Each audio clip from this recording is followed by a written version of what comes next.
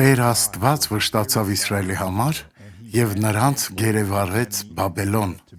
Երեմիա 12:8 գրված է. Իմ ժառանգությունն ինձ համար եղավ անտառի առյուծի պես, նա իր ձայնը արձակեց ինձ վրա, սրա համար ես ատեցի նրան։ Իսրայելցիները այլևս չցանկացան ծառայել Աստծուն, մինչդեռ Տերը նրանց ազատեց Եգիպտոսից և բերեց խոստացված երկիր։ Միևնույն է, նրանք հեռացան նրանից, բայց մենք կարող ենք ընտրել ճիշտ ճանապարհ և ծառայել Աստծուն։ Ով ընտրում է այս ուղին, նա հաղթում է ի վերջո։ Տեսնենք հետևյալ վկայությունը։ Ամբողջ մարմնովս ցավ զգացի, դոկտոր Սուարես։ Ինչպես եք քայլել արթրիտով։ Ծունկս ցավում էր, ես եկել եմ ստանալու իմ օրհնությունը։ Դուք այսօր բուժվեցիք։ Այո։ Եկեք քայլենք միասին։ Ցույց տվեք ինչպես եք հիմա քայլում։ Կարծես թե ազնվական լինեք։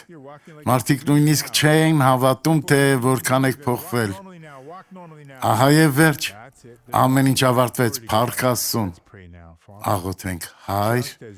ինչպես որ դու բժշկեցիր այս մարդկանց այստեղ, այնպես էլ բժշկիր նրանց, ովքեր հիմա աղոթում են։